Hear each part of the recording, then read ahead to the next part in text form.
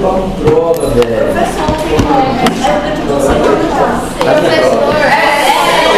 Só tem mais uma toda. Tem essa e mais uma, né? Ah, eu tenho duas aulas. Hein, professor? Vai ter assunto novo ou não? Claro, né, velho? Você vai? É óbvio, vai ter. Não, hoje? Hoje. Sério mesmo? Claro, velho. Mas da N2? Era pra saber. Da N2? Pra saber aí. Ah, é o da porta do irmão? Eu vou saber o que vocês quiserem falar, a gente faz. Eu quero ver o irmão. Legal. Quem vai? Não, é difícil. Mas é legal. Passou a machismo.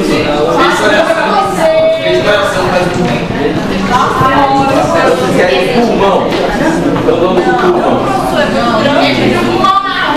Pulmão, vamos escolher. O quê? Vai ser o quê?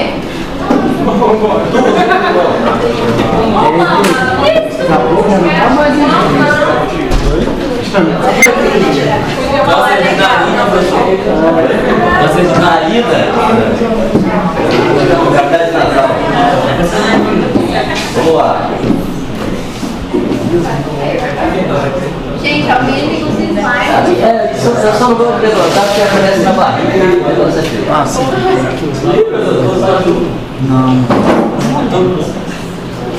Cadê o Dom também?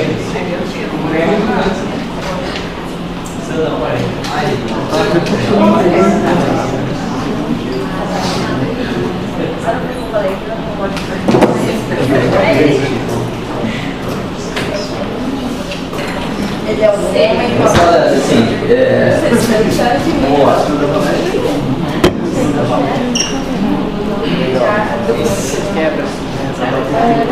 O que vocês acharam de coloteína? Muito legal. Legal, né?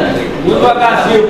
Legal. Vocês não acham que vocês não acham que essa metodologia de aula, Você está enxugando com o meu casaco. exercício de prova de residência, exercícios de metas de conhecimento ali da matéria, gostaram disso aí? Sim. Ei, volte pra sua Beleza. mesa. Então vamos continuar fazendo isso. Você desprezou, gente. Explicar como é que funciona, cara. Você desprezou, gente. O mais importante, assim, olha só, olha como é que é a parada. Mal começou, já está gerando um incômodo. É preocupação. É o professor. Primeira coisa, velho. Pra ser neto, você vai precisar saber isso. Você entendeu isso? Você pode falar. Isso aí não é, velho. Vocês têm muita ansiedade, sabe? Para de sofrer pela antecedência. A sociedade de vocês exige demais ser foda, né? Ser sucesso, Instagram, tá, sabe? Cuidado nisso, sabe? Cria um método, assim, para as coisas darem certo. Tipo, eu só fico vocês, assim, se imaginando um monte de coisa, assim, você quer, sei lá, ser um ginecologista, bem sucedido. Mas o que você tem feito hoje para isso? Né? O que você tem se dedicado para ser o que você realmente quer? Pensa nisso todo dia, sabe? A gente é o que a gente faz diariamente, não o que a gente projeta. Se você projetar grandes coisas para a vida e não fizer nada para isso, você não vai chegar a nada. Quem faz sempre as mesmas coisas obtém sempre os mesmos resultados. Então, comece a fazer as coisas de uma forma diferente e você vai ter um futuro diferente. Certo? Vamos lá. Então, câncer de pulmão, selecionado aqui, unânime, né? Vamos conversar sobre o câncer de pulmão. Professor, eu queria tirar uma dúvida da votação, pode? Depois, pode ser? Beleza. Então vamos lá. Vocês acham que câncer de pulmão é um tumor frequente? Sim. Ele é que colocação ali entre os órgãos?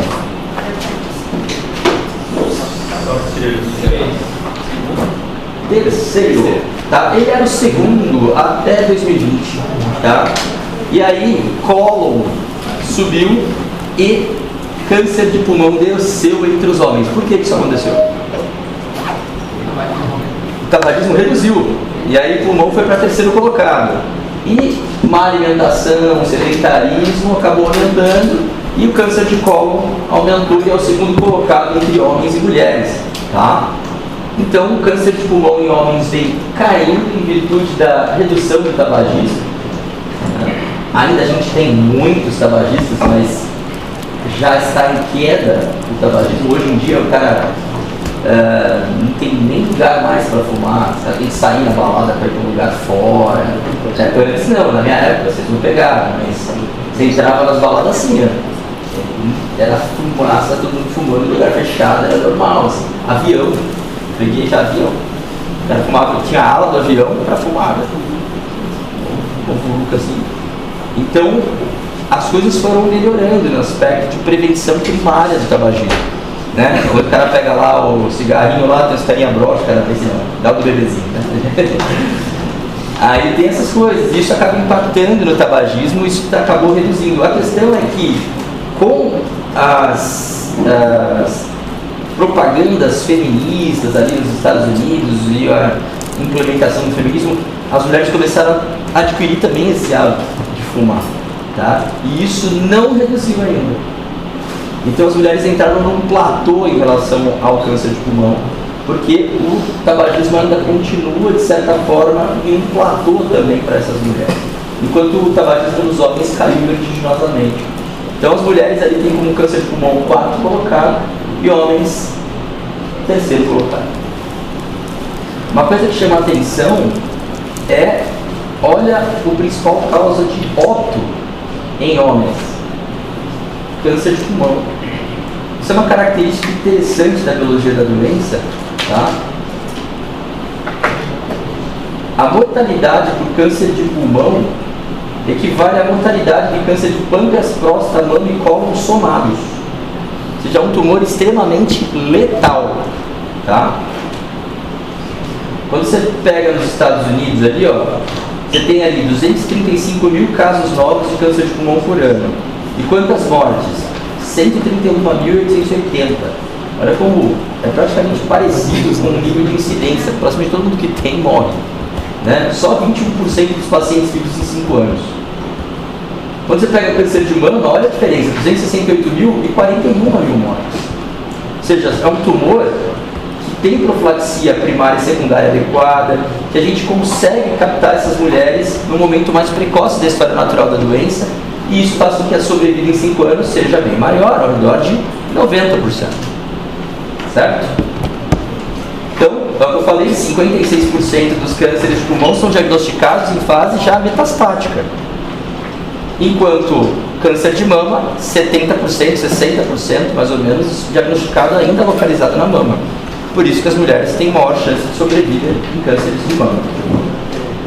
Então, o câncer de pulmão, estágio localizado, 60% de sobrevida em 5 anos, que não é uma cirurgia fácil, né? Não é um local que geralmente quando dá sintomas a doença já está bem crescida localmente. 32,9% de chance de sobrevida em 5 anos para quem tem doença localmente avançada, local regional, e 6,3% de sobrevida em 5 anos para quem tem metástase à distância. É um tumor bastante agressivo. A mediana de idade é de 70 anos, então quando eu for pensar num perfil epidemiológico de câncer de pulmão, eu vou pensar num velhinho tabagista, tá? Geralmente acomete mais homens e negros. Isso tem mais a ver também com a exposição tabágica desses grupos étnicos e o gênero. Olha, eu falei para vocês que a incidência de câncer de pulmão vem caindo, né, em países desenvolvidos, e a mortalidade, consequentemente. E a sobrevida em 5 anos vem aumentando ao longo dos anos, né, em virtude disso, da cessação do tabagismo. Tá? Então, você tem, assim como o HPV é um fator quase exclusivo para o desenvolvimento de câncer de colo de útero, o câncer de pulmão não é tão exclusivo assim, mas 90% dos cânceres de pulmão estão relacionados ao tabagismo. Então, a queda na incidência de tabagismo geraria uma redução dramática na incidência de câncer de pulmão. certo? Existe uma relação entre o início da atividade tabágica com o início do desenvolvimento de tumores de pulmão. Em geral, isso acontece em 20 anos de exposição. Por isso que o hábito de fumar começou em 1900 e os primeiros casos de câncer de pulmão começaram a aparecer em 1920. Né? E aí essas curvas foram subindo, conforme foi subindo a ingesta, o consumo de cigarro, foi subindo também a incidência de câncer de pulmão. Ó lá.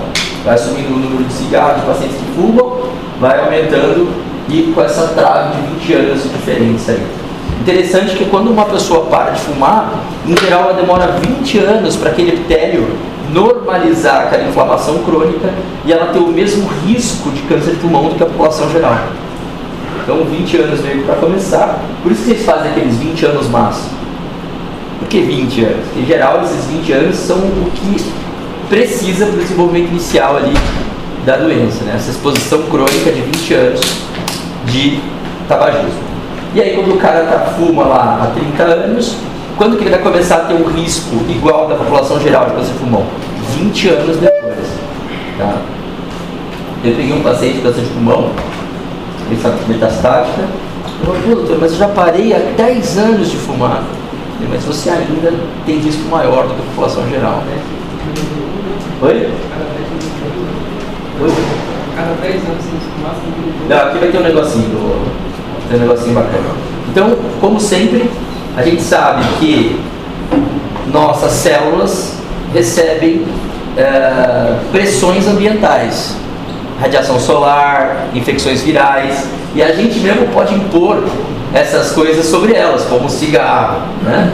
Ao longo do tempo, com essa exposição crônica e esse dano crônico sobre o DNA, nossa capacidade de reverter esses danos no DNA começa a ficar meio caduco, igual nós estamos ficando caduco. E aí começam a passar mutações despercebidas, que vão gerar mutações no DNA, alterações de proto-oncogenes, genes expressores de tumor, que vão levar a uma proliferação incessante da célula e levar a essa instabilidade genômica, levando a adquirir características como neoangiogênese, capacidade de metabolismo reduzido de glicose, então faz glicólise em vez de fosforilação oxidativa, várias características que o tumor adquire com base nessas mutações sucessivas que a gente chama de instabilidade genômica. E isso acontece quanto mais velho eu fico, porque meu sistema imunológico e meu sistema de reparo também ficam caducos. Beleza? Lembraram? Então, um cigarrinho tem 7.000 substâncias químicas, sendo elas 69 carcinogênicas. Tá? Então você imagina 69 substâncias carcinogênicas por cigarro, o cara fumando 20 cigarros por dia. A ponta do cigarro, na hora que você aspira, ela chega a 1000 graus Celsius. Você imagina como aquilo entra quente para dentro, a ponta chega a 1000 graus Celsius, não a fumaça, tá? Aquela fumaça quente chega destruindo todo o epitélio que é rosinha, bonitinho, não inflamado, responsável por eliminar aquelas secreções que ficam grudadas no brônquio. O que acontece com esses pelos? Destrói. E essas substâncias começam a bater nessa parede, destruir essa parede ao longo de anos, e aí acabam por gerar danos no DNA, levando a estabilidade genômica, como vocês sabem. Então, a exposição tabágica é medida pela carga tabágica. Seria a quantidade de cigarro que esse cara se expôs e a quantidade de ano, pela quantidade de ano que ele fez uso, certo? Eu chamo isso de densidade tabágica. É o quanto fumou por quanto tempo, né? Isso vai gerar uma agressão contínua, falha de reparo e acúmulo de mutações para vocês já na marginalidade. Olha como é importante aprender, né? Já olha para isso com bons olhos. Lembra do HPV? Que tinham 2 proteínas capazes de bloquear genes expressores de tumor? 13 subtipos oncogênicos. Agora você imagina o cigarro com 69 substâncias reconhecidamente carcinogênicas atuando sobre o DNA. Se vocês forem ver, olha como demora o HPV para gerar o tumor. Poucas mutações são acumuladas. Agora, ó, uma mutação que vai aqui, essa mutação que é bloqueada aqui, e aí você tem um ganho do cromossomo 18 e aí você tem o tumor. Quando é o cigarro, você tem diversas mutações, perdas aléricas, aberrações cromossômicas, que vão se juntando em virtude desse maciço dano ao DNA. Então a gente fala que o cigarro, o câncer tabaco relacionado, ele tem uma carga mutacional mais intensa, porque ele sofreu mais dano. É um tumor, por isso que o câncer de pulmão é tão agressivo, tá? Tão resistente. Então o ambiente vai impondo essas células do pulmão uma necessidade de adaptação mais abrupta, né? Porque é muito dano. Então isso vai gerando um tumor mais X-Men ainda, tá? Por isso ele é tão difícil de tratar, tão resistente ao tratamento e tão adaptado ao ambiente hostil. Beleza? Então 90% dos cânceres de pulmão estão relacionados ao cigarro, certo? O tabagismo é a principal causa de morte evitável no mundo. Cara, um dos principais tumores que existem é só o cara não fumar. Cara, não existe um benefício do cigarro. Não tem nenhuma vitamina naquela bosta, não tem nada. Tipo, se as pessoas não fumassem, olha como seria interessante. O Brasil tem um prejuízo de 56 bilhões com pessoas que fumam no Brasil. A ponte do Aburã custou 160 milhões. Olha quantas coisas poderiam melhorar a nossa vida se as pessoas não fumassem. Então, câncer de pulmão, tabagismo está só relacionado a câncer de pulmão? Não. Câncer aerodigestivo, né? Câncer de esôfago, câncer de estômago, câncer de colo, tudo tem a ver também com a fumaça inalada, né? E vai para essas regiões. Tá? Câncer de pâncreas, leucemias também podem estar relacionados ao tabagismo, tá bom? Câncer de rim, câncer de bexiga, quase um fator explosivo também para câncer de bexiga, tá? São 480 mil mortes prematuras causadas pelo cigarro no Brasil ao ano. E esses pacientes morrem do quê? Endotéliopatia. Por exemplo, como é que o infarto surge assim, né, galera? Oi? Obstrução. Como é que essa obstrução é formada pelo quê?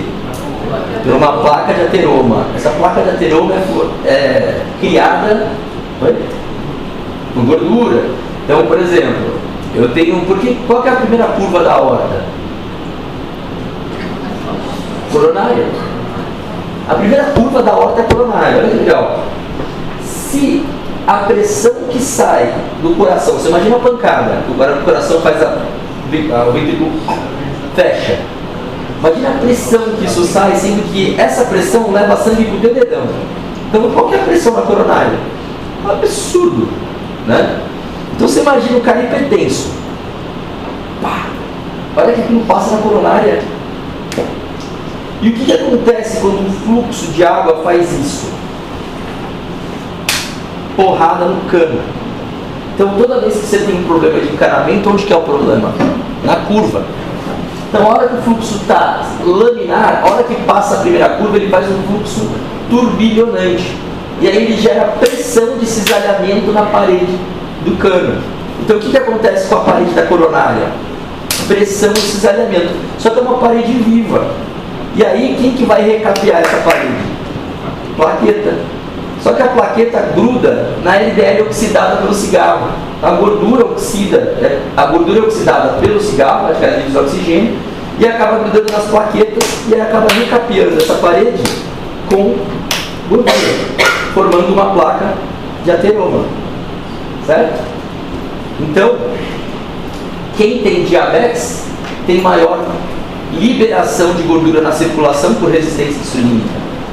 E isso faz com que também gere maior concentração de gordura para ser oxidada pelo cigarro e grudar na parede. Aí você gera hipertensão, diabetes, né? Você gera coronariopatia, né? Então, o cigarro também está envolvido nessas endoteliopatias. Então, não é só um favorecimento do câncer, mas também uma lesão endovascular importante, levando a AVC, infarto e câncer. Além de todos os pacientes que fumam desenvolvem algum tipo de doença pulmonar obstrutiva. Beleza? Professor, Eu. demora quanto tempo uma pessoa ela parou de fumar. Quantos anos para ter tipo, ela não tem mais um risco? 20 anos. Eu só vi assim quanto tempo. Oi? Quanto tempo? 20 anos máximo. Se eu fumei uma vez, já tenho. Não. A carga tabágica, não existe uma carga tabágica mínima, porque existem pessoas com maior predisposição ao desenvolvimento da doença. Né? Então não dá para dizer que tem cara que vai fumar 3 maços de cigarro a vida toda e não vai morrer. Tem cara que vai fumar 1 maço de cigarro por 20 anos e vai ter câncer de pulmão. Porque não é só o cigarro e o pulmão. Existe um hospedeiro ali. Né? Mas a base populacional, o risco começa a aumentar a partir de uma densidade tabágica, uma carga tabágica de 20 anos maços. Ou seja, 1 maço de cigarro por dia por 20 anos ou 2 maços por 10 anos. Certo? Mas depois desses 20 anos o risco não é zero. Como assim? Não, vai ser Vai fazer pagamento. Vamos lá?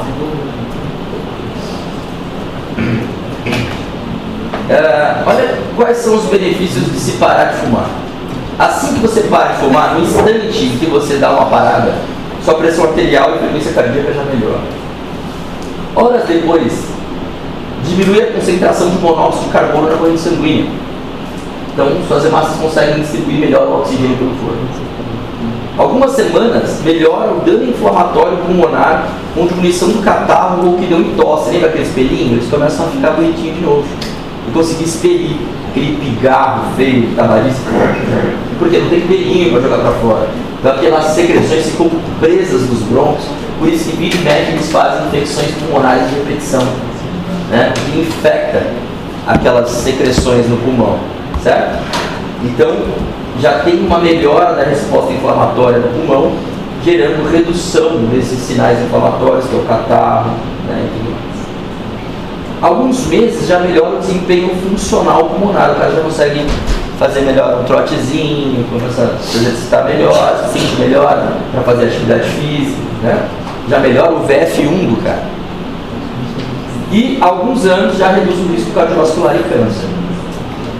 Então, olha que interessante. Essa é uma curva mostrando a mortalidade cumulativa de pessoas que fumam ou que pararam de fumar. A pessoa que continua fumando vai tendo essa curva maior aqui de mortalidade. E ó, assim que o cara para de fumar, ele já começa a sair dessa curva de mortalidade. Tá? Então, isso aqui é mortalidade geral, tá? Não é mortalidade relacionada ao cigarro, é mortalidade geral, não é qualquer coisa. Tá? Então quem fuma morre mais e quem consegue parar o quanto antes já se distancia dessa curva. Se você conseguir parar de fumar entre 25 e 34 anos, você ganha 10 anos a mais de vida. Se você levar esse hábito mais para frente, você vai perder 10 anos de vida. Coisa, hein, cara? Coisa, hein? É um hábito que não leva a nada, tá? Só leva a uma danificação da sua qualidade de vida, da sua qualidade de resposta à atividade física. Existem alentos à ansiedade muito mais agradáveis, tá? Uma namorada, fazer exercício, tá? Do que botar um treco na boca. Gostos, né? Vamos lá. Eu acho que é importante falar isso para vocês, assim, cara, porque vocês vivem uma época tensa da vida. E aí esse negócio vira um recurso muito bom, cara. E eu fico falando assim porque vocês... É impressionante, cara. É remédio pra ficar feliz, é remédio pra dormir, é remédio pra ir na balada, é remédio pra namorar. Tudo, cara. É remédio, sabe? Porque o desempenho tem que ser foda. Sabe? Eu preciso ser foda nos estudos, eu preciso ser foda no sono, né? Então, para com essa parada, se aceitem menos e façam por onde. Assim, adrenado a ansiedade, vocês ficam bem melhor. Vamos lá. Isso é besteirinha, né? Isso é curiosidade, é quase uma anedota.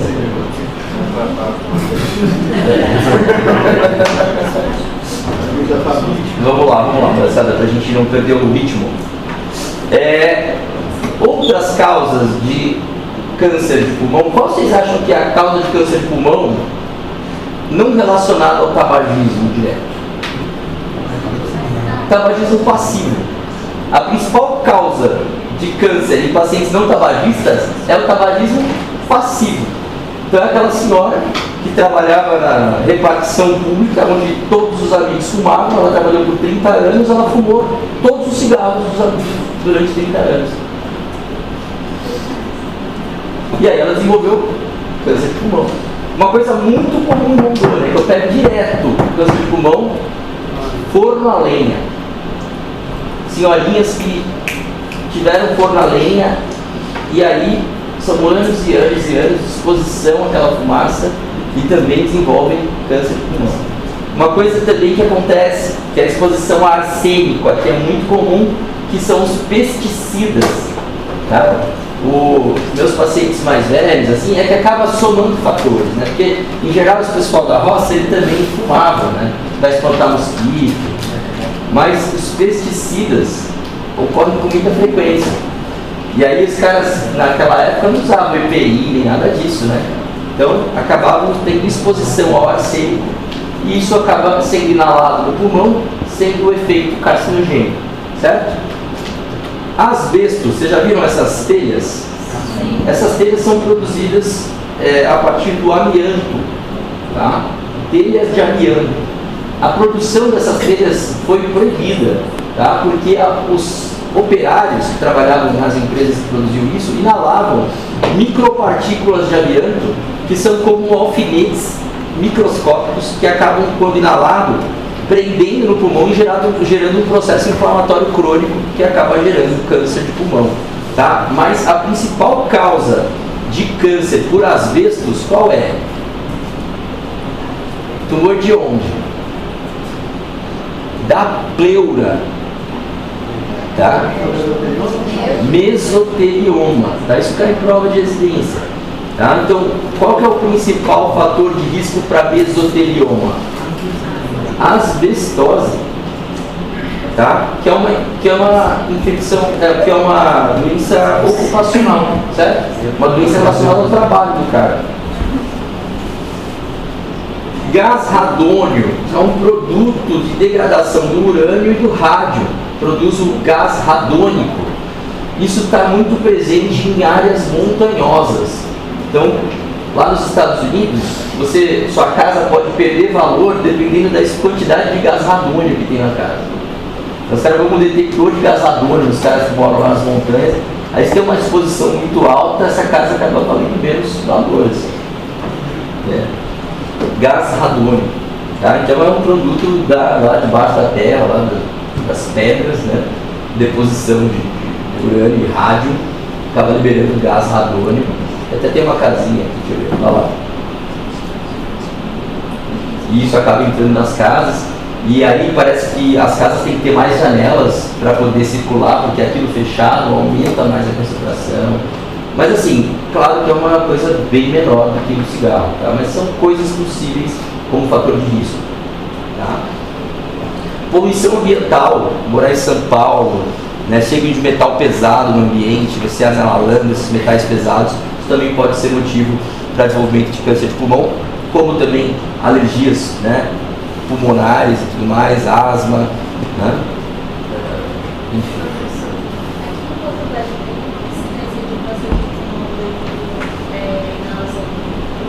Mercúrio? É que assim, mercúrio é mais na água, né? A água sim, a água tem mercúrio pacas. A água tem mercúrio pacas, os peixinhos tem mercúrio pacas.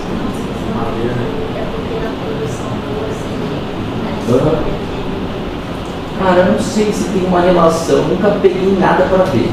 Agora, o que eu vi de mercúrio é no câncer de estômago. Sim, por causa da contaminação do lençol freático. Tá? Porque eles usam mercúrio por causa do ouro. E aí esse ouro não vai para o ar, esse mercúrio, vai para a água. E aí a água vai ser onde os peixinhos estão nadando e onde a gente bebe água, né? Só que na parte da água que a gente bebe, Cari lá e tal, eu até não gosto, porque se você for pegar o pH dessas nossas águas daqui, são muito baixos, ácidos, né?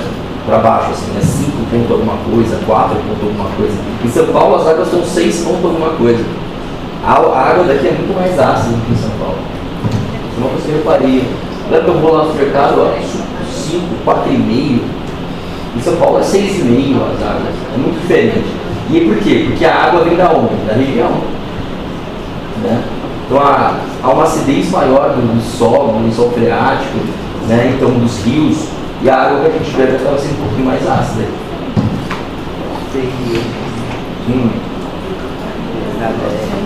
Exposição prévia à radioterapia. Pô, se você tem um linfoma, Tainá, o Pedrinho, fez a radioterapia no mediastino, tem que ficar depois rastreando para avaliar se aparecem lesões pulmonares a partir de 10 anos da radioterapia.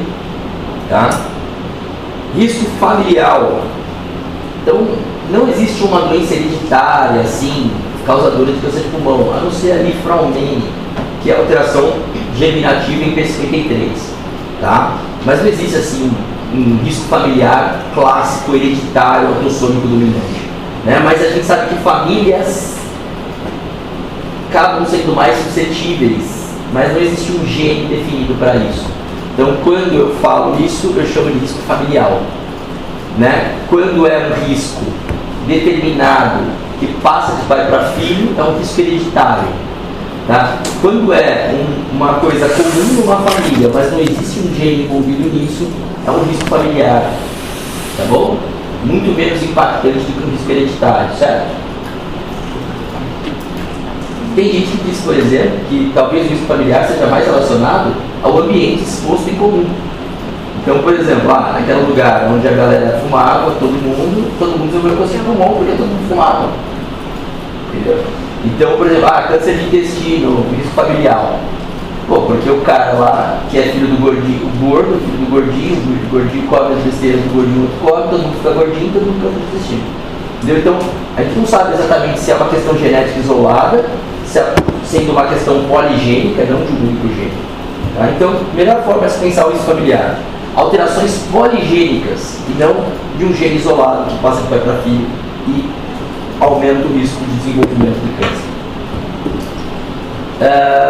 Doença inflamatória pulmonar, então, DPOC, fibrose pulmonar, deficiência de alfa-aminotripsina, tudo isso são fatores de inflamação crônica do pulmão e câncer de pulmão. Mas o que vocês estão tendo na cabeça? 90% está relacionado ao tabagismo. Os 10 outros por cento de fator de risco nos não tabagistas, o principal é tabagismo passivo. Tá? E aí existem várias outras exposições ambientais aí que podem favorecer o desenvolvimento de câncer de pulmão, mas em menor proporção. Beleza? Uma coisa importante que eu quero que vocês saibam é que existem, dentro dos adenocarcinomas de pulmão, tá? Dentro dos adenocarcinomas de pulmão, existem pacientes que desenvolvem câncer de pulmão e não são tabagistas. Tá? Esses pacientes foram descobertos no Japão porque eles perceberam que havia uma quantidade grande de mulheres com adenocarcinoma de pulmão no Japão. Aí eles foram tentar avaliar o que estava acontecendo. E eles viram que existia uma mutação em um oncogene chamado receptor EGFR. Esse receptor estava ligado constitutivamente nessas mulheres. Então, uma mutação somática era mais suscetível. As mulheres asiáticas eram mais suscetíveis a uma mutação somática no receptor, no gene que produz o receptor do EGFR. E aí a gente percebeu que em quase 25% dos adenocarcinomas no mundo, no Japão é 50%, no mundo 25% dos adenocarcinomas estão relacionados a uma mutação somática em EGFR. Tá? E a gente vai falar sobre isso já, é só para vocês entenderem. Então, qual é o subtipo de câncer de pulmão mais comum em não tabagistas? Adenocarcinoma. E qual que é o principal motivo disso? Mutação no gene produtor do receptor EGFR. Eu vou mostrar desenho, vou falar as coisas só para vocês já irem pescando o futuro. Então, vocês acham que quando tem um câncer de pulmão, a apresentação ela é mais um incidentaloma de raio-x ou ele é uma doença sintomática ao diagnóstico? Sintomática ao diagnóstico. Câncer de pulmão assintomático? Não, Sintomático, sim. Apenas 15% dos cânceres de pulmão são diagnosticados como um nódulo em radiografia de radiografia de tórax.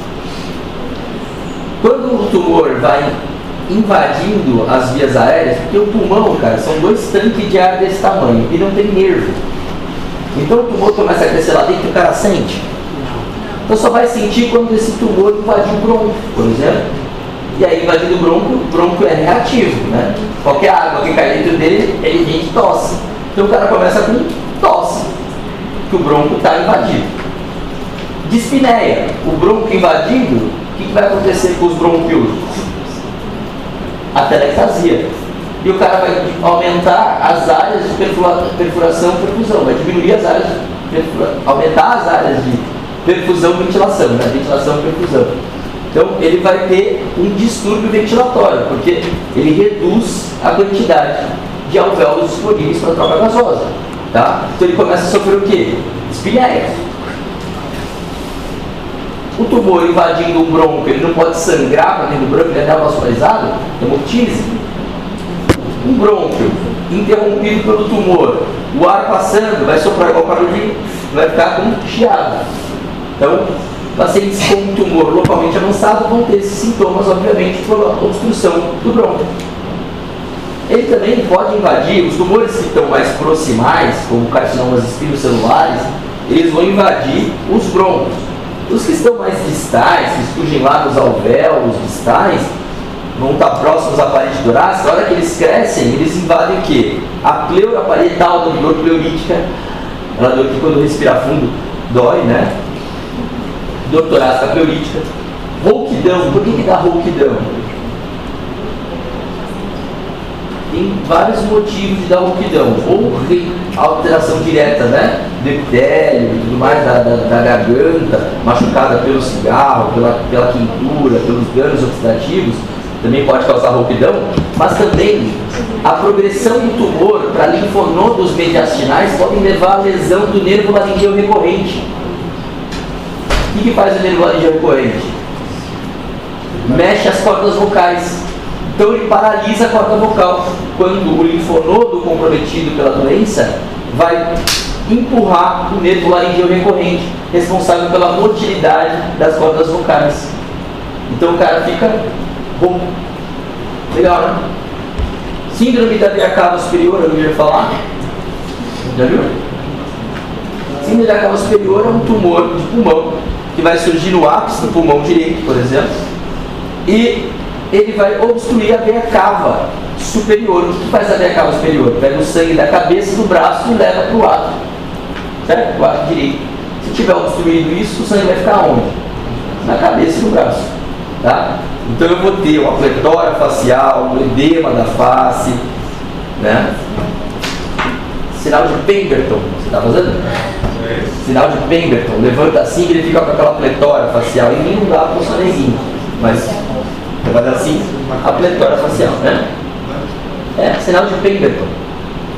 Era viciado nessa fase de propedêutica. Era querendo decorar os nomes. Vamos lá. Então, síndrome da veia cava superior ocorre por um crescimento do tumor sobre a cava, acaba gerando uma obstrução da cava. Vocês acham que essa obstrução ela é uma obstrução abrupta ou insidiosa? Insidiosa, é lenta, certo? O tumor não faz assim, ele vai crescendo e vai obstruindo. Você acha que nesse processo dá tempo de formar circulações acessórias ou circulações colaterais? Então a formação dessas circulações colaterais impede que você tenha, por exemplo, um sangramento cerebral, uma hipertensão intracraniana e coma, porque esse excesso de pressão acaba sendo compensado pela circulação colateral jogando de volta para a cava inferior. Tá? Então, esse fator do tumor se enforcar a cava de forma insidiosa faz com que dê tempo de formar circulação colateral pela ásicos e pela mamária interna. Então, o que acontece que quando nesse processo a alteração da crase sanguínea gera um trombo na cava superior, do nada? O que vai acontecer com a pressão na cabeça? E aí o cara entra numa fase de síndrome de veia cava superior de início abrupto. E aí esse cara fica grave, porque ele começa a ter estridor laríngeo, porque vai começar a emaciar toda a glote do cara. O cara não consegue respirar.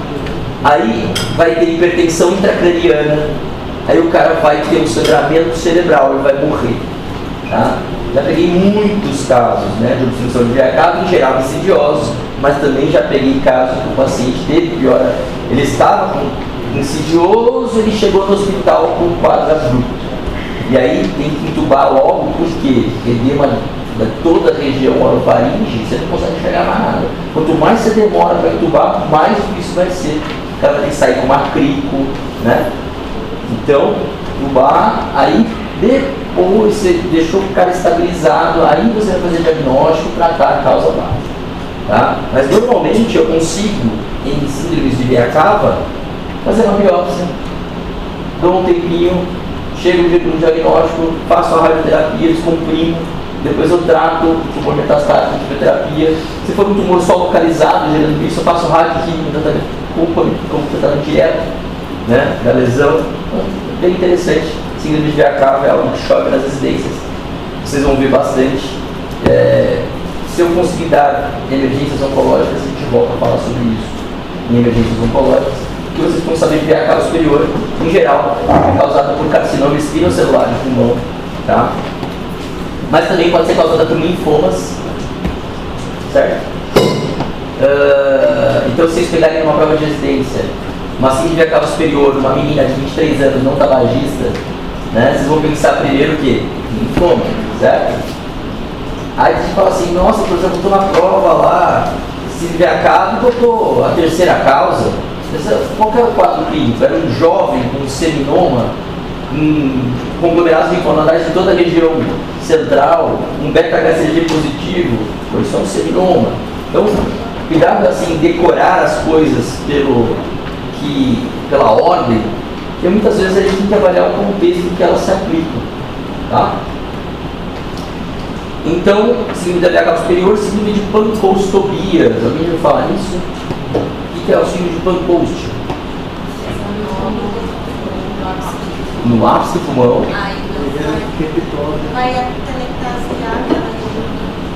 Aí ele vai invadir o quê? Então, é um câncer do pulmão, ele vem até aqui em cima. Vocês vão, essa região aqui do pulmão é a que vocês vão fazer pneumotórax com os pacientes quando vocês querem treinando, fazer acesso. Né? Pode ter certeza que vocês vão pegar o pulmão aqui. E aí vocês vão fazer pneumotórax nessa galera, vão ter que depois aprender a drenar para tirar o pneumotórax que vocês fizeram. Essa região aqui pode criar tumor também. E esse tumor criado aqui, crescendo, ele vai pegar o que tem aqui no pescoço? Plexo braquial, velho. Quais são os tipos, quais são os componentes do segundo neuromotor? Do Alex lá. Raiz, plexo, nervo, fenda sináptica e músculo. Tudo faz parte do segundo neuromotor. Qual que é a característica clínica de uma síndrome de segundo neuromotor? Hiperreflexia ou hiporeflexia? Vamos lá, pensa. Não precisa ver. Hiporreflexia, tá? Hipotonia ou hipertonia? Hipotonia. Sabe o que você tem que lembrar? Que o segundo neuromotor é quem dá tônus ao músculo, mantém um tônus basal, tá? Então, se ele morreu, faça desse, tá? Quem executa o ato reflexo é o segundo neuromotor. Quem modula o ato reflexo é o primeiro neuromotor, tá? Então, se eu perder o segundo neuromotor, eu vou ter uma arreflexia, porque é ele que executa. Quando eu tenho um estímulo para poder fazer, eu tinha gravado uns vídeos, eu perdi tudo agora que mudou no celular. nos pacientes que eu atendendo, eu vou fazer o exame físico e com esses sinais. Quando você faz um sinal de hiperreflexia e o cara tem lesão no primeiro neuromotor, o que acontece com o sinal? O sinal vem para a coluna e volta. Só que o que acontece? Esse sinal, depois que passa pela coluna, ele sobe. E aí, o primeiro neuromotor, através das fibras que descem junto, chamadas fibras parapiramidais, ele vai fazer o quê? Ele vai regular esse arco reflexo, para não deixar ele ficar exacerbado. Então, quando você tem uma lesão do primeiro neuromotor, você não modula o reflexo, então ele fica hiperreflexivo. Tá? Então, uma lesão de segundo neuromotor levaria a uma flacidez e hiporreflexia. E é isso que acontece no braço direito do paciente com a síndrome de panicomostopias. Ele tem um acometimento do plexo. Lembra que plexo significa segundo neuromotor. Raiz, plexo, nervo. Por exemplo, Guillain-Barré é uma síndrome relacionada a uma degeneração da barriga mielina, mas por um fenômeno de imunointolerância. Você vai lá bater num vírus da dengue e o vírus da dengue acaba sendo muito parecido com tua bainha de mielina. Então você acaba gerando uma resposta imune contra a sua própria bainha de mielina. Isso vai acabar gerando uma degeneração da sua bainha de mielina, que é responsável pela transmissão sináptica, né, pelo nervo. E aí a transmissão fica lentificada e você tem uma tetraparesia, né, uma síndrome de segundo motor dramática que ocorre no corpo todo, uma doença autoimune, né? E aí você começa a ter uma paralisia, né? Uma flacidez muscular que ocorre de baixo para cima, né? Ela é ascendente, né? Então, isso também é uma síndrome de segundo neuromotor, né? Eu, amigo da Simone do banco, ela não está conseguindo mexer o pé, estava gripado semana passada, o pé dele não está mexendo mais. Ele leva para o hospital agora. Chegou no hospital, já não estava mexendo mais até aqui. Tá? Aí não tinha imunoglobulina no estado. Aí conversamos com o Fernando Máximo, não sei o que, conseguimos trazer imunoglobulina, mas ele já estava com déficit chegando já nos braços, ele já só mexia a cabeça. Tá? Chegou a imunoglobulina, fez. E hoje ele já está recuperado, andando, trabalhando. Demorou uns 4 meses e meio de recuperação, mas se recuperou completo porque a gente entrou com imunoglobulina no momento certo. Por que eu tenho imunoglobulina? Não é uma doença que gera anticorpos contra nós mesmos? Se eu jogar anticorpos contra esses anticorpos, eu consigo neutralizá-los. E aí eu neutralizo o ataque à bainha de mielina. Ou eu posso fazer uma plasmaférese, onde eu vou pegar aqueles anticorpos da circulação e passar numa máquina de diálise para tirar os anticorpos da circulação. Para a plasmaférese também é uma possibilidade, mas a hemoglobina é mais eficiente. Certo? Por que eu falei isso tudo? Para a gente falar sobre síndrome de segundo neuromotor, que é o caso de quem tem síndrome de panicomostopias. Aqui ao lado tem uma outra cadeia nervosa, mas agora é aquela cadeia simpática, certo? Onde tem o gânglio estrelado. Qual é a função desse gânglio estrelado? Ele vai fazer a inervação, a resposta simpática dessa hemifácie, né? Então, quando eu tenho uma lesão do gânglio estrelado, eu vou ter um predomínio de parasimpático numa hemifácie, certo? Então, o que é o simpático? Né? É a galerinha que vai pra festinha, né? Com aquele negocinho aquelas comprimidinho. E como é que esse cara fica? Né? Eu fui numa festinha da moçada, engraçado. Aí a mulher passou mal, viu? A mulher carregada em cima. Assim. Você lembra desse dia? Você lembra? Ele te carregou. Aí eu falei assim, eu peguei ela e falei assim, calma, tranquila, né? Aí eu peguei a cabeça dela, virei assim e falei, você usou alguma coisa? Não. Aí tu ficou assim. Não, caralho, não tinha isso, velho. Era só um buraco preto assim. Meu Deus. Eu falei, não, fica tranquilo, vai passar. É a primeira vez que você faz isso na sua vida. né? Você viu a segunda? Oi? Você viu a segunda? Não. 6 horas da manhã da segunda. O quê? Condicionando Aí, tá vendo? Então, mas aí o que acontece? O que aconteceu com essa menina? Vamos tentar ver o que aconteceu. Ó, o que essa dilatação acontece? O que é essa dilatação? É a resposta simpática. Por que a resposta simpática leva a midríase? Porque o músculo da íris é um músculo esfíncter. Quando ele é acionado pelo sistema simpático, ele abre. Então, a ação simpática sobre a íris, por isso que usa cocaína, fica... Porque a ação simpática, ela contrai a íris, ela faz midríase. Então, se um lado está afetado o gânglio simpático, mesmo que ela tome bala, vai ficar como o olho? Miótico. Porque não vai ter a correspondência simpática desse lado. Certo? O que vai acontecer com o olho dela? Vai ficar encovado para dentro. Porque como é que fica o olho da fotinha? Esbugalhado, né? De excesso de simpático. Certo? Eu falo isso só para vocês decorarem, tá, gente? Porque isso acaba entrando no mundo de vocês e aí na prova vocês acertam tudo. Né? Então, não que eu sou nada contra, tá? Só estou falando assim que é mais fácil que vocês aprenderem dessa forma. Então, olhão regalado, a gente chama do quê? Exoftalmia, exoftalmia. Então, o contrário de exoftalmia é enoftalmia. Então, se eu não tenho exoftalmia, eu tenho enoftalmia. O que acontece com a pálpebra? Pitose palpebral. Então, pitose palpebral, enoftalmia, miose, né? E anidrose dessa hemiface. Para de suar essa hemiface. Isso são sinais de comprometimento do gânglio estrelado causado pelo tumor. Certo?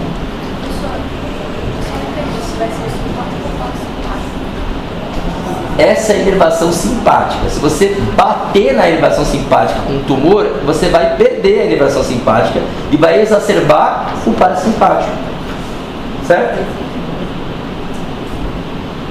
Então, o tumor de Pancoast, que em geral é um carcinoma espinocelular do sulco superior, ele pode gerar síndrome de Pancoast-Tobias, que é a síndrome de segundo neuromotor, causada pela compressão do plexo braquial, gerando uma síndrome de segundo neuromotor do braço, que dá dor no braço, que dá formigamento, principalmente nessa região desses dois dedos de cada, quinto e quarto dedos quirodáctilos da mão correspondente, né? E na região interna aqui, porque é onde pega aqui do plexo braquial. Então essa região mais... Como é que é o nome desses dedos de cá? Tá tudo aí já. Esses dois dedos de cá? Radial, ulnar, tá? Região ulnar. Tá? Então, essa parestesia e essa dormência pega principalmente a região ulnar e não radial, que pega esses três dedos de cá, lembra aquele desenho dos carinhos aqui, que tem os dermátomos e tudo mais? Isso aí. Então, síndrome de Pancoast é isso. Então, tumor de Pancoast gera síndrome de Pancoast e o tumor de Pancoast pode gerar síndrome de Claude-Bernard-Horner, que é essa síndrome do parasimpático. Na verdade, da lesão sobre o simpático. Essa paraneoplásica? Também são síndromes paraneoplásicas. O que significa síndrome paraneoplásica? Está associada ao tumor. Você não tem por exemplo, um derrame parapneumônico? Não seria um derrame relacionado à pneumonia? Uma síndrome paraneoplásica seriam sinais e sintomas gerados pelo tumor, gerando uma síndrome específica. Tá? Então, você pode ter a síndrome de Pancoast-Tobias, a síndrome de diafragma superior, mas classicamente vocês vão ver o termo síndrome paraneoplásica relacionado à produção de hormônios pelo tumor de pulmão, gerando síndromes clínicas à distância. Certo? Então, síndrome de diafragma superior, olha que bacaninha aí, ó. O tumor invadindo a cava, os sangues que veio da região da cabeça, ó. Aqui tem o tronco braquiocefálico, olha braquial, olha jugular, elas vão se juntar no tronco braquiocefálico, que vai drenar aqui para a cava superior, e olha a cava superior sendo invadida, e aí ela começa a ficar recebendo maior pressão hidrostática, porque não passa para cá o sangue, e aí começa a surgir circulações colaterais. Olha a circulação colateral do tórax. Tá vendo? Então, pode falar. É tanto o linfoma quanto o...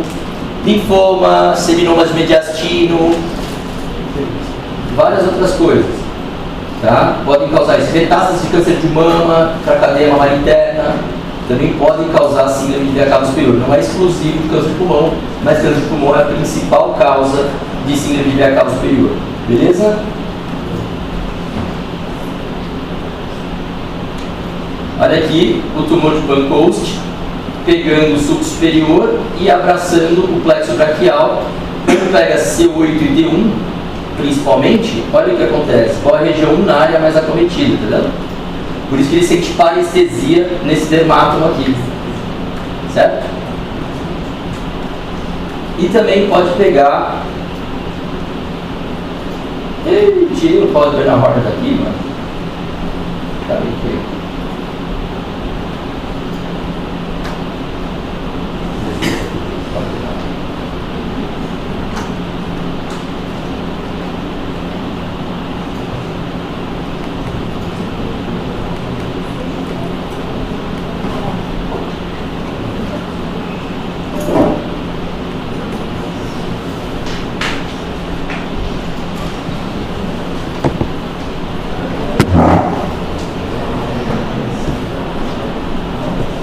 Aqui, ó, galera.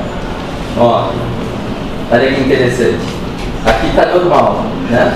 Então, símbolo parasimpático funcionando normal. Aqui, ele perdeu o parasimpático. Então, você tem uma ptose, né? Você viu que tem uma anisocoria? O que significa anisocoria? É uma diferença das íris, né? Dos dois lados, ó. Você vê que aqui ela está um pouquinho maior e nessa menor. Qual que é o lado acometido? O menor, porque faz miose, lembra? Parasimpático, exacerbado. Então tem miose à esquerda e aí ficou anisocórico. A pálpebra cai, certo? Esse lado fica seco, né? Eu já vi isso no consultório, engraçado. Um lado suado, outro não, fica sequinho. Tem que até passar hidratante, porque senão a pele fica cheia de machucado. Então, isso aqui é a síndrome de Claudio Bernard Horner, quando o tumor de Pancoast acaba pegando o gânglio estrelado. Tá? Beleza? Síndromes paraneoplásicas que a gente também pode encontrar. Hipercalcemia maligna. Lembra que síndromes paraneoplásicas são causadas por hormônios liberados pelo tumor que geram síndromes à distância. Tá? O carcinoma espinocelular do pulmão, que é um não pequena célula, certo? Ele tem a capacidade de produzir uma substância PTH-like, ou seja, que faz a função do nosso PTH. Tá? E aí, o que isso vai acabar gerando? Um aumento do osteoclasto em relação ao osteoclasto e eliminação de cálcio para a corrente sanguínea, certo? Gerando uma hipercalcemia maligna. Todo dia tem uma hipercalcemia maligna internada no Hospital do Amor. Todo dia. Tá? E a gente tem que tentar reduzir esse cálcio, fazendo hidratação, fazendo inibidores de osteoclasto, né? Que a gente pode fazer também, que são os bisfosfonatos, né? Então, essa é uma síndrome plástica, né? Hipercalcemia maligna, geralmente aparece em septo do pulmão, tá? Que está relacionada à produção de PTH pelo tumor, uma substância PTH símile, parecida ao PTH. Isso acaba gerando hipercalcemia secundária, esse aumento do PTH. Beleza? Eu posso ter uma síndrome Cushing-like também, com a liberação pelo tumor de uma substância ACTH-like. E aí ele vai estimular a nossa adrenal a produzir cortisol, certo? E aí a gente vai ter uma síndrome como se a gente estivesse usando corticoide para o paciente, cronicamente. Lembra que para eu ter aquela síndrome de Cushing clássica, com giba, estrias violáceas, eu preciso de anos e anos e anos de corticoide. Então essa síndrome de Cushing que a gente vai gerar agora nesse cenário de câncer de pulmão é muito mais metabólica do que com aquelas características, né, fenotípicas ali do paciente com Cushing, né? Então vai ter hipertensão, hiperglicemia, né, típico da gente, quando a gente utiliza corticoide com qualquer paciente, alcalose metabólica hipocalêmica, que é típica desse distúrbio, beleza? Então é muito mais um Cushing metabólico, né, do que um Cushing fenotípico, assim, né? Osteoartropatia pulmonar hipertrófica. Não é comum, mas eu coloquei aqui porque é a única relacionada ao adenocarcinoma. Então, em geral, adenocarcinomas não dão síndromes paraneoplásicas. A mais relacionadas a eles, se aparecer, é o osteoartropatia pulmonar hipertrófica, tá? Que é relacionada a periostite de ossos longos e baqueteamento digital. Olha o periósteo dos ossos aqui inflamados. Uma periostite de ossos longos e baqueteamento digital.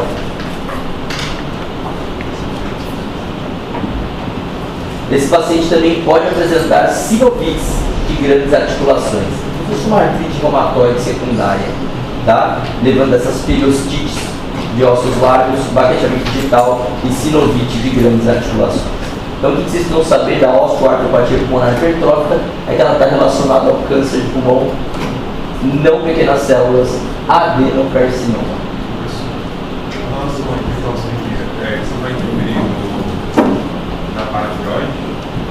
Não, porque a substância PTH-like é produzida pelo tumor. E aí, essa substância PTH-like vai estimular diretamente o osteoclasto. Vai fazer a função. Por feedback negativo, o que vai acontecer com o cálcio alto? O que acontece com o nosso PTH quando o cálcio aumenta? Ele reduz.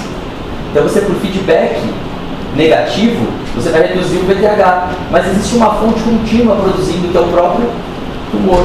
Por isso que eu sempre falo, a única solução para uma síndrome paraneoplástica qual é?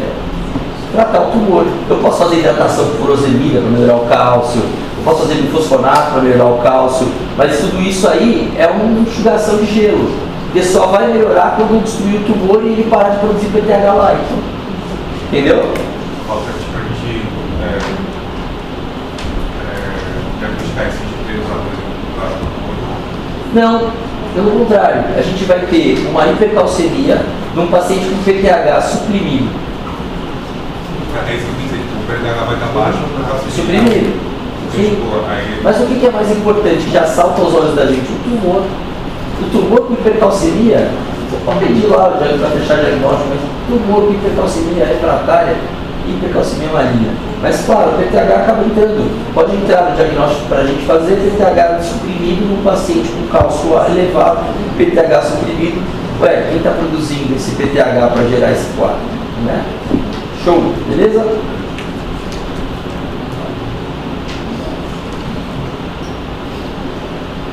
Eaton Lambert, já ouviu falar dessa síndrome paraneoplásica?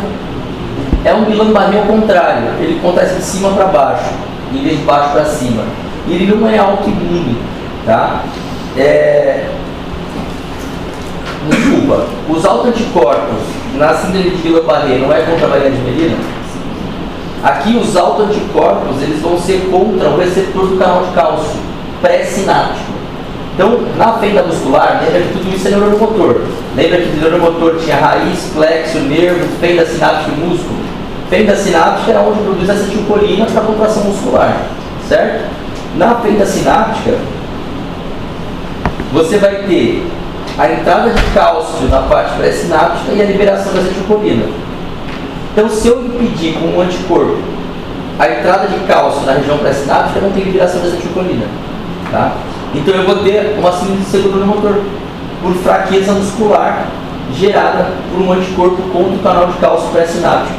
Essa síndrome é síndrome de Eaton Lambert. Clinicamente, ela acontece com uma fraqueza muscular, uma síndrome de segundo neuromotor generalizada, mas que começa de cima para baixo ao invés de baixo para cima. Tá? Ela é muito confundida com a miastenia gravis, tá? Que é a produção de autoanticorpos contra o receptor de acetilcolina. Então, a miastenia gravis, ela é a produção de autoanticorpos contra o receptor de acetilcolina. E aí a acetilcolina não se liga e daí não tem actiniosina, não tem contração muscular. Então, o Eaton Lambert se liga na região pré-sináptica no canal de cálcio e o anticorpo na miastenia gravis se liga no receptor de acetilcolina. Tá? Essa é a diferença básica entre Eaton Lambert e miastenia gravis. Importante lembrar de Eaton Lambert com câncer de pulmão de células pequenas, tá? Que é aquele old cell, pequenas células. E a miastenia gravis, ela é importante lembrar de um tumor raro chamado timoma. Tá? Quase 40% dos timomas ao diagnóstico possuem miastenia gravis apresentando como um sinal inicial. Tá? Beleza? Então, vocês aprenderam uma nova síndrome paraneoplásica que é Eaton Lambert, anticorpos contra o canal de cálcio pré-sináptico na junção neuromuscular, fraqueza de músculos proximais, hiporreflexia e disfunção autonômica. Beleza? E a diagnóstico diferencial com miastenia gravis. Síndrome da secreção inapropriada de hormônio antidiurético. Tá? É mais comum em câncer de pulmão de células pequenas, ou céu. Aquele indiferenciado, lembra? O que vai acontecer nessa brincadeira? Nossa, parece complexo, mas não é. Tá? Síndrome da secreção inapropriada de hormônio antidiurético. Você acha que é produzido muito ou pouco? Muito. Qual que é a função do ADH, do hormônio antidiurético? Trazer a água de volta, né? Ele abre a aquaporina para resgatar a água para dentro da vesícula renal. Foi? Aí o que acontece quando eu jogo água, trago a água de volta? Eu reabsorvo a água que ia embora. Minha volemia aumenta. A minha volemia aumentando, certo? Eu vou causar uma hiponatremia dilucional, certo? Eu tenho uma quantidade de sódio aqui dentro. Eu entro com um monte de água, esse sódio se dilui. Então não é que o sódio diminuiu, é que o sódio diluiu e a água aumentou. O que o corpo faz para jogar essa água para fora? Joga sódio ativamente para fora, para jogar água, porque o gradiente não ajuda, porque a aquaporina está aberta, causando reabsorção de água. E aí a gente vai ter, para poder compensar a volemia, a gente vai ter que jogar sódio embora às custas de energia. Isso vai gerar uma euvolemia, né? A volemia vai voltar ao normal, mas vai gerar uma hiponatremia. Olha que louco. Então, no primeiro momento da síndrome de secreção inapropriada do hormônio antidiurético, eu tenho uma hiponatremia dilucional, que é compensada com uma hiponatremia gerada pelo nosso sistema renal de forma ativa, para regular a volemia, para nos tornar euvolêmicos. Então essa é considerada uma hiponatremia hipovolêmica. Tá? Não, desculpa, uma hiponatremia uma hiponatremia euvolêmica. Deixa eu só lembrar os tipos de hiponatremia que já está na minha cabeça. Hiponatremias, quais que vocês lembram? Alterações do sódio. Tem hiponatremia hiperosmolar e hiposmolar, certo? Qual que é a hiperosmolar? A cetoacidose diabética, né? Então, o cara com glicose demais no sangue, ele vai eliminar sódio, porque ele vai ficar urinando muito, mas ele vai estar com glicose alta, então vai estar hiperosmolar. Então você vai ter uma hiponatremia hiperosmolar. O cara com glicose a mais, mija demais, sódio vai embora, mas ele tem glicose que é hiperosmolar, hiponatremia hiperosmolar. Hiposmolar, ela tem hipervolêmica, euvolêmica e hipovolêmica. Hipervolêmica, insuficiência cardíaca, insuficiência hepática, aqueles caras edemaciados. Insuficiência renal, por quê? Os caras diluídos, certo? Hiponatremia hipervolêmica. Hipovolêmica, os caras desidratados, HIV, que faz aquelas diarreias brutas, né? Cólera, o cara tem uma diarreia e aí ele acaba fazendo uma hiponatremia hipovolêmica.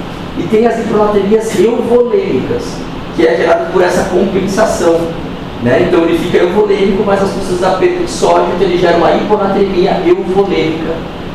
Essa daí, Para chegar no tipo da foto em tudo, que eu não estava lembrando qual era. Mas é hiponatremia euvolêmica, hiposmolar, porque não é hiperosmolar, porque ele tem a glicose envolvida. Beleza? Vai chegar, mas vocês vão ter que decorar isso tudo, tá? Mas como é que começa? Devagarinho, né? Ficar assustado com as paradas, não conseguir ler nada. Devagar, bora na cabeça. Beleza?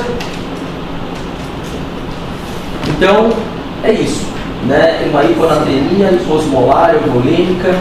Esses pacientes que têm desfibrilatorite acabam tendo náuseas, anorexia, irritabilidade, confusão mental por causa da hiponatremia, né? Beleza. Interessante. Acho que só para vocês entenderem mais ou menos como funciona, eu dei uma lida, né, nessa parte de câncer de pulmão, de curso, tirem dúvida comigo. Vamos fazer exercício na aula também, na próxima aula. Estou tentando acelerar ao máximo hoje para poder dar essa matéria na prova. Tá? Talvez a gente consiga fazer exercício de pulmão, né? Mas essa manda pra gente, né? Claro, claro. Tá? Deixa eu comentar isso aí.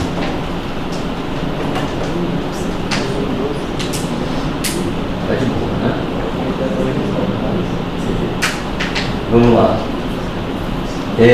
Então, beleza. Mais alguma coisa de CIRAD? Não. Tá bom, vocês. Então, qual que é o subtipo de câncer de pulmão mais relacionado à síndrome paraneoplásica que vocês viram? Pequenas células. Tanto que eles têm uma transformação neuroendócrina. Olha só. Desdiferenciação neuroendócrina. Eles já produzem hormônios. Certo?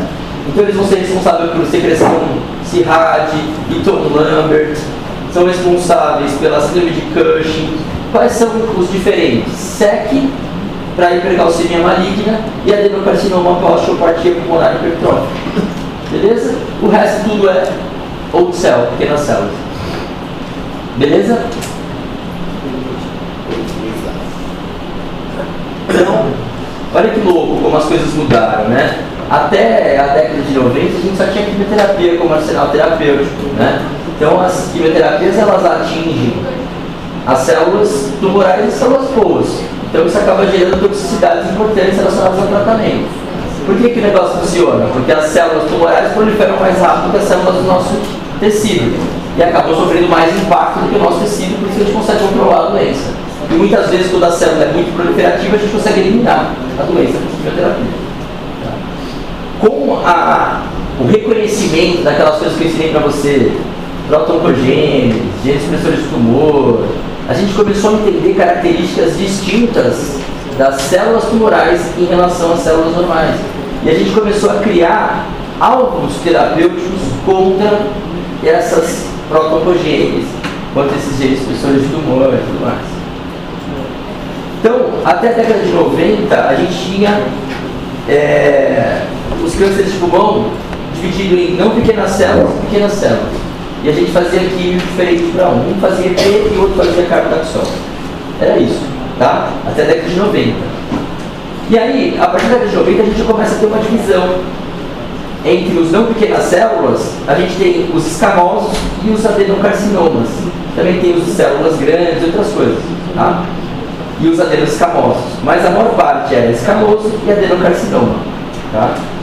Até a década de 80, o carcinoma espinocelular era mais frequente que o adenocarcinoma, tá? Isso acontecia porque o cigarro não tinha filtro. E aí as pessoas não conseguiam inalar a fumaça muito. E a fumaça ficava mais perto dos brônquios proximais. Quando criaram o filtro de cigarro, as pessoas começaram a inalar mais profundamente a fumaça, indo para os alvéolos. E aí essa fumaça começou a machucar as regiões mais do brônquio distal e dos alvéolos. Por isso que aí há uma transição entre carcinoma espinocelular para adenocarcinoma, que está ali na região produtora de surfactante. Tá? Então a gente viu essa diferença histórica do tabagismo. A mudança do tipo de cigarro aumentou o tipo de câncer. Piada, né? E olha que interessante isso também. Se o adenocarcinoma ele é mais periférico, ele vai sugerir como clínica o quê? Envolvimento da parede torácica, tá? derrame pleural. Aqueles mais próximos do brônquio vão fazer o quê? A telectasia, né? Então, até a clínica muda conforme a histologia, né? Isso fez a gente mudar a forma de tratar esses tumores, né? Então, o carcinoma espinocelular vai bem com um tipo de químio, a adenocarcinoma vai bem com outro tipo de químio. Então, já começou a mudar a forma da gente encarar até a quimioterapia desses tumores. E com o advento desses conhecimentos que eu falei para vocês, de proto-oncogênese, alterações drivers, que a gente chama, ou seja, existem algumas alterações que ocorrem nos cânceres de pulmão que determinam uma proliferação incessante daquela célula. E essas mutações a gente chama de mutações drivers. Hoje, em câncer de pulmão, olha quantas mutações drivers a gente reconhece. Tá? E existem tratamentos específicos para cada uma delas. Tá? Então, o que era uma doença que a gente tratava de uma forma dicotômica, não pequenas células, hoje é um mundo de doenças. Né? Tanto que hoje tem muita gente que só trabalha com câncer de pulmão. Tanta coisa para estudar, para entender, que virou um mundo gigante. Né? A oncologia virou um mundo gigante. A gente está precisando muito de novas oncologias. Então, o que é interessante a gente saber?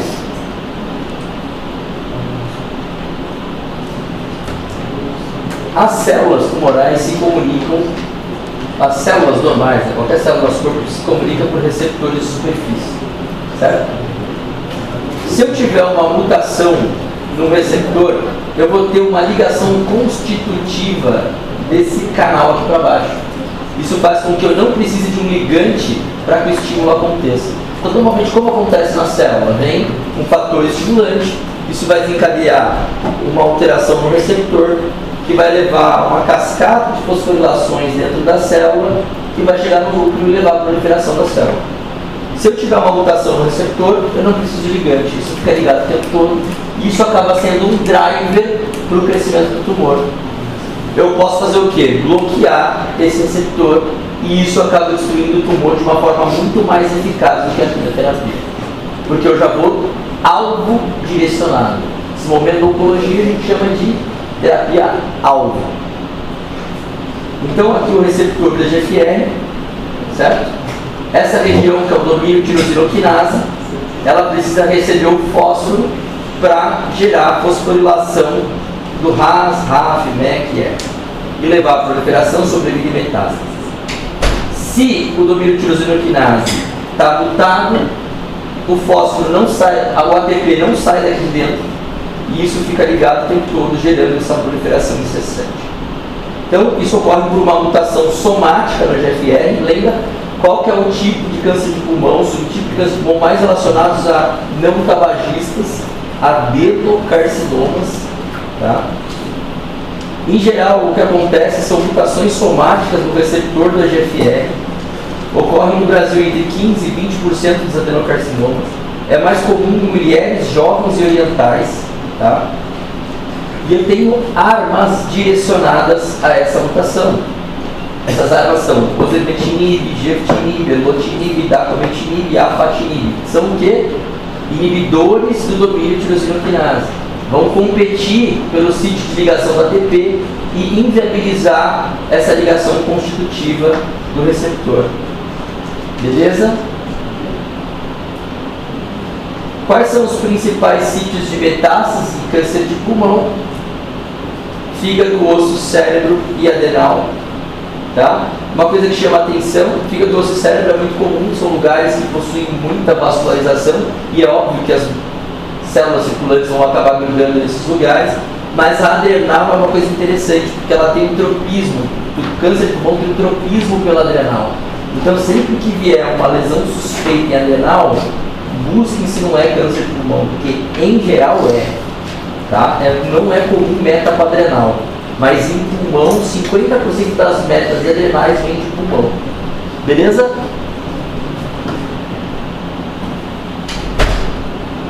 Eu vou dar uma bola nessa parte, porque vocês já tiveram um período isso aqui, eu não vou encher vocês a cabeça de vocês de burrice, tá?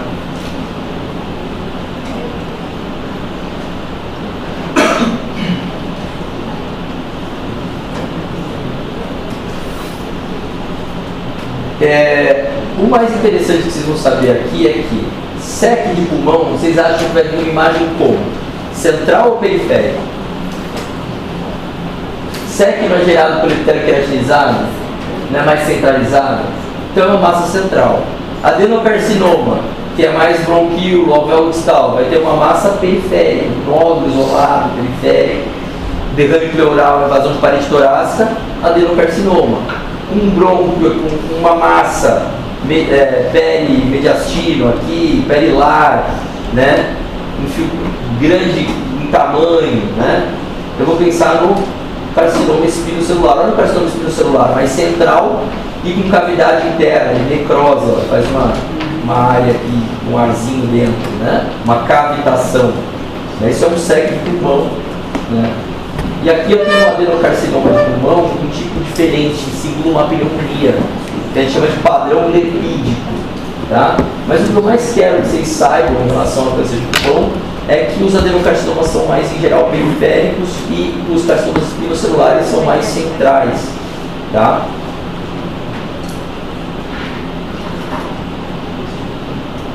Os tumores de células pequenas são muito relacionados ao tabagismo, tá?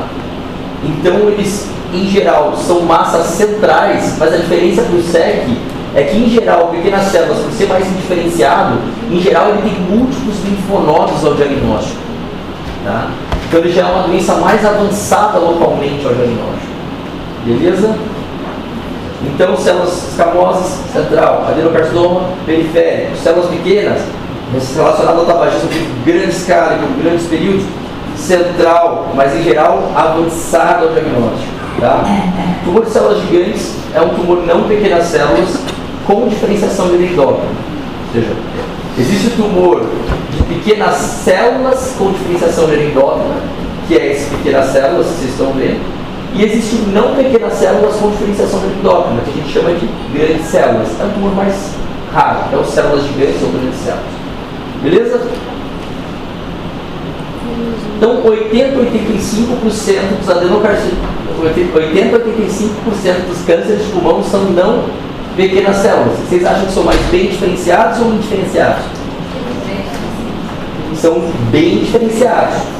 Por quê? A hora que eu vou olhar na microscopia, eu vejo queratina, falo que é SEC, eu vejo glândula, falo que é adenocarcinoma, certo? E o pequenas células, a hora que eu olho no microscópio, velho, olha isso aqui. O que é isso? Que tecido tem aqui? É só célula infiltrada. Parece um monte de célula pequena, redonda e azul. Parece um linfócito, uma célula que se indiferenciou demais. Tecido completamente destruído. Vamos lá. Pequena célula não é mais indiferenciado. É indiferenciado. Não, o não pequenas células é mais bem diferenciado. O pequenas células é indiferenciado. Tá? Então, o não pequenas células, mas bem diferenciado, olha agora no microscópio, eu vejo queratina, eu vejo glândula, então eu vejo o tecido íntegro. Quando eu vejo pequenas células, mais indiferenciado, olha o que acontece com o tecido, totalmente infiltrado, perdeu a arquitetura, uma célula anárquica, proliferativa, certo? Então, o adenocarcinoma, hoje a maior parte dos cânceres de pulmão é adenocarcinoma, passou o carcinoma epidermoide, certo?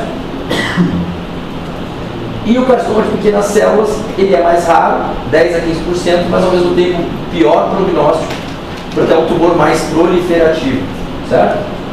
Então, em geral, uma massa central com linfonodomegalia ao diagnóstico, a sobrevida é menor do que o câncer de pulmão de células não pequenas, certo? Na imunistoquímica, ou seja, eu vou lá com o câncer de pulmão, você acha que eu vou conseguir definir que isso veio do pulmão? Não, eu vou ter que lançar mão de imunistoquímica para avaliar de onde veio esse tumor através do seu citoesqueleto, que é uma coisa que não vai ser mais difícil dele conseguir mudar.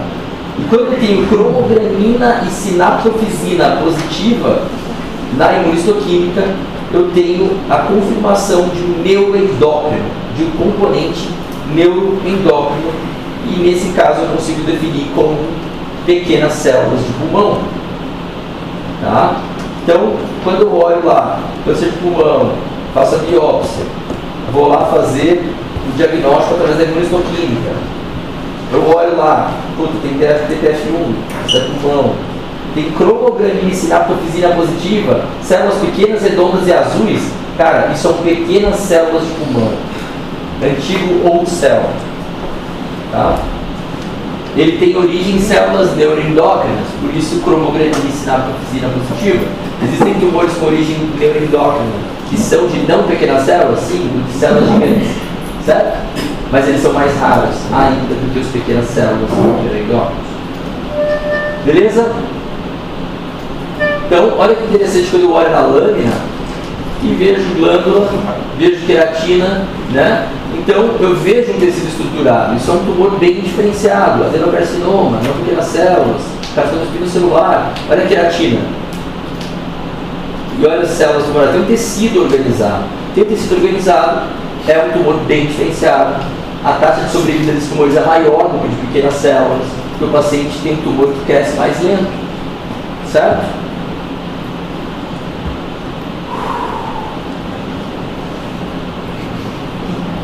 Maratona. Vamos lá. É porque assim, eu quero tentar. Falta pouco.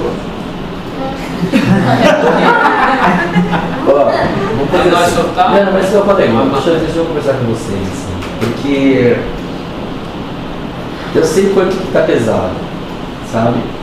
Então a gente precisa buscar alternativas.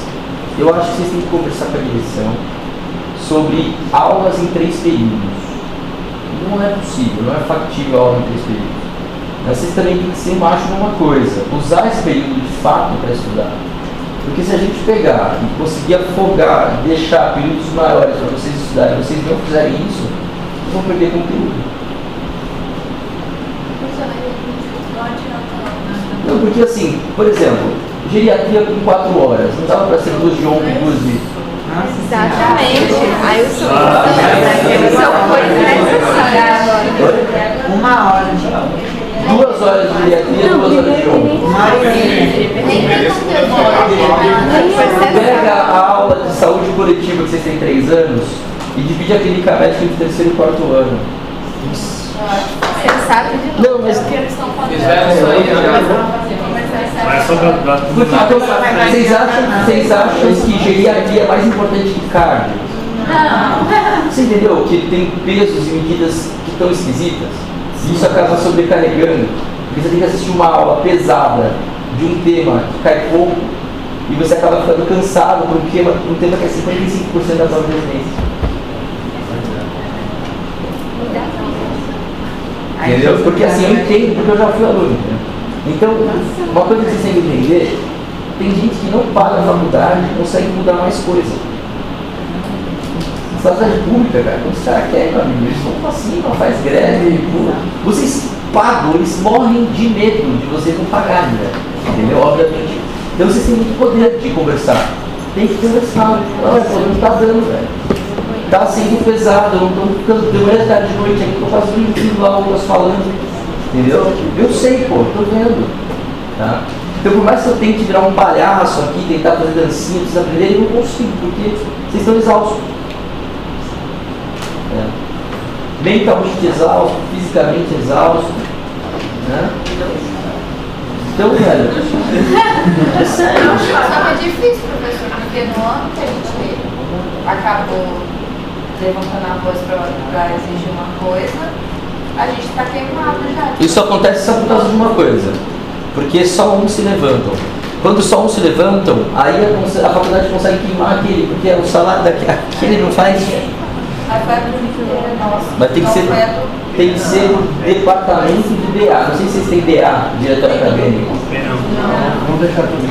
Isso é o nosso, diretor acadêmico, velho. Diretor acadêmico é um cara político da galera que vai chegar lá para a direção e falar, não tem como. Não tem como, a gente tá bom, ninguém vai pagar esse mês. Ninguém mesmo, todo mundo assinou, ninguém vai pagar e tem um advogado nos respaldando, acabou, meu amigo. Dia seguinte, a reformulação geral de. Puta que pariu. Mas é quase cultural já. Desde o primeiro ano já vem estudando. Mas, gente, assim, eu não sei, assim, porque eu tô tentando, o que acontece? Não adianta brigar com a formação de vocês, assim. Vocês são de gerações diferentes, a gente tem que saber formas de ensinar vocês diferentes. Então eu tenho que fazer mais atividades de exercício nas mesas para conhecer a dificuldade de cada um, tirar a dúvida. Eu fui me reinventando. Por exemplo, tirar a necessidade de vocês estudarem muito fora e tentar fazer exercícios na aula para a gente poder resolver a coisa antes da prova, juntos, porque isso importa. Mas assim, não tem como, chega no volume de não é matéria, não é matéria, é a quantidade de horas dispensadas. Gera uma dificuldade de compreensão. Tem que lá falar pensando, só falei. Eu fico preocupado, sabe? Porque é um ano importante, é um ano que vai definir a carreira de vocês todos e vocês precisam ter energia para poder passar. Mas o pessoal da 17 tentou ano passado, eles falaram, mas eles não.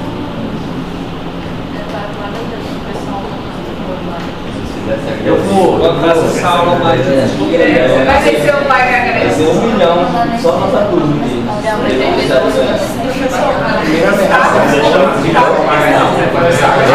vai dar agradecer seu pai. a questão foi um negócio legal que a gente fez, né? Eu já. Porque assim, não sei se vocês repararam, mas eu não ligo muito. Questão de presença eu acho ridículo, assim, cara. Eu não entendo, eles não são crianças, velho. Não vir na aula, velho, vocês pagando o que vocês pagam, velho, é um absurdo, velho. É um absurdo. Entendeu? Nem se durma ali, mas você veio, cara. Você paga por isso. Então, assim, eu vou tentar fazer isso. Exercício em aula, vamos tentar, para a gente poder aprender junto. Tentem ver se em outras cadeiras não tem como fazer mais exercícios. Sabe? Eu acho que uma coisa que vocês podem fazer para mudanças mais adultas, mais rápidas. O professor de cardio, cara, por que não bota umas questões de residência para a gente fazer junto? Como que é na prática? Não é legal? Eu mato. Então, usar essas metodologias de exercício, dar uma pausa na aula, faz uma distribuição de questões, né? Aqui está melhor. Fechou? Então eu vou parar por aqui só para a gente descansar a cabeça, tá? E aí